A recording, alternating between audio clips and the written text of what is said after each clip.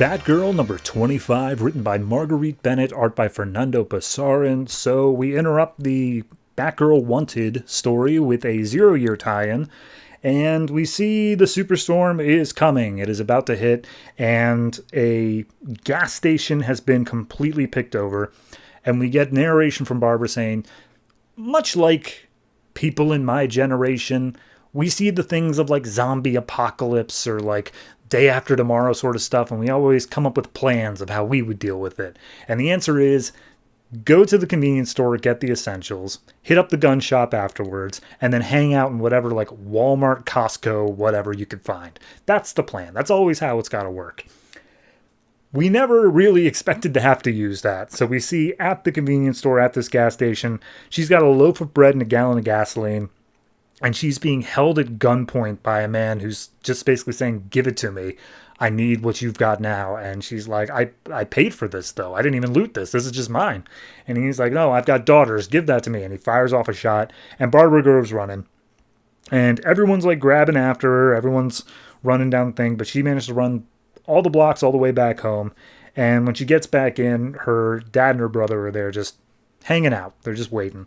And Gordon's like, what's going on? Barbara, why do you seem out of breath? And she's like, things are crazy out there, and I don't think we should go out again. And he's like, fair enough. You stay here, batten down the hatches, watch after the homestead, take care of your brother. But I have a shift. I have to go, and I have to take care of this. So, like, I'll be back soon. Love you. Bye. And so he heads out. Barbara does all the things she needs to. She moves fragile items away from windows. She boards up all the windows. And she's like, all right, we're just going to hang out here until the storm's done.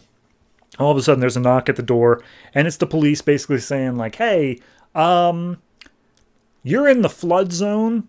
And we're going to evacuate you. So grab whatever you can carry and let's go. And she turns back to Junior, and Junior's like, Dad said to stay here, though. What are we supposed to do? And she's like, I think we need to go. Our whole house has the potential to be washed away in this flood. We've got to go with the police. So take whatever you can. And she packs up a bag for herself, and she's like, oh, all this other stuff I'm leaving. It has all these memories, but I have to tell myself it doesn't matter. And then she heads to her dad's room, and her dad is got a closet full of like police gear and stuff like that. And she's like, well, if he's not going to use it. So she gets fully tactically dressed up in like bulletproof vests and knives and stuff like that. And she takes one last look at her house, and then she heads out. And they all make their way down to a fire department, and that's where they're holding up a bunch of people here.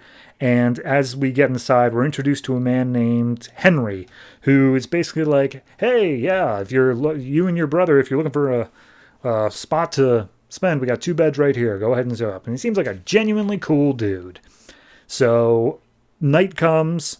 Barbara can't sleep. She's trying to read, but even Henry and Junior are pointing out, like, you haven't turned a page in like 2 hours. You're not reading at all. And she's admits that she's basically just trying to ignore the fact of her home is about to be gone, and it's all just going to be washed away. And her dad has not gotten in contact. Who only knows where he is right now? Until at some point Junior sits up and is like, hey, Barbara, the windows are leaking, so that's a problem. And they're like, oh no, the roof could cave in if there's too much water on it. And Junior's like, no, I don't think that's what we need to be worried about, because currently there's water coming in through the doors. And then all of a sudden, a giant ass sinkhole opens up underneath the fire department, and like just water from all directions. Everything comes crushing down. So everyone's just swimming, trying to survive. Babs gets her hand on Junior and manages to grab hold of the fire pole.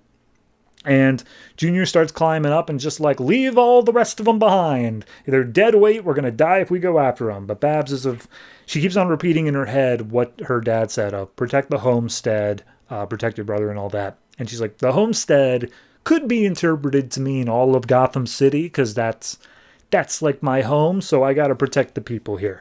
So she goes in, she grabs some extra people from the water, gets them to cling to the pole, and we see, they all collectively come together and keep on grabbing more and more people to climb up. And as Barbara's the last one up the pole, she starts to fall, and she's grabbed by Henry, who pulls her up. And now they're all on the rooftop with a couple people dead, I'm sure, but most of them are up on this rooftop, and it's like, okay, this building is no longer structurally sound. We need to go basically from rooftop to rooftop and get to a higher building, something that isn't going to flood, because already the floodwaters are up on like the second story. So Henry gets a ladder off of one of the walls, and he sets it against the rooftops, and people start climbing across. And Barbara just basically looks out, and she sees that all of the blimps in the town and helicopters are all converging to this island of Gotham called Cold Light Island, and it's just completely on fire. Everything's exploding, everything's on fire, and turns out that's where Henry's from. And Barbara's like, oh no, all those people. Well, I guess they all got evacuated if Henry's here, but still, that's so many people's lives just up in fire. It's horrible that this is happening to my city. It's not only flooding, but it's also burning. This sucks. So finally, they reach another building, but the ladder gives way. It breaks. Henry's the only one who manages to make it across, and he's like, okay, everyone, throw your bags over here, and then jump, and then I'll catch you, and we can keep on going. And once everybody throws their bags across, Henry's like, bye. I'm sure most of you just threw over your wallets and jewelry and such. I'm going to take them, and I'm going to start my life somewhere else. Sorry, but, this just had to be done. So he starts walking off, and everyone's yelling at him. And then Barbara's like, screw this. I'm going to be the hero. So she jumps across the building gap on her own. She lands on Henry. They start fighting. And Barbara has no training. She has no idea what she's doing, but she does manage to put up a little bit of a fight until finally she's pushed against the edge of the building. She realizes with all of her tactical gear on, and her pockets are stuffed with like mementos and memories, it's going to drown her if she falls, so she has to take it off. And as she takes it off, she manages to roll out of the way of Henry. Henry loses his footing, falls down into the water below, along with a bunch of people's bags, and looks like he dies. But then he comes up out of the water, looks up at Barbara and says, all right, bye, and then just swims away.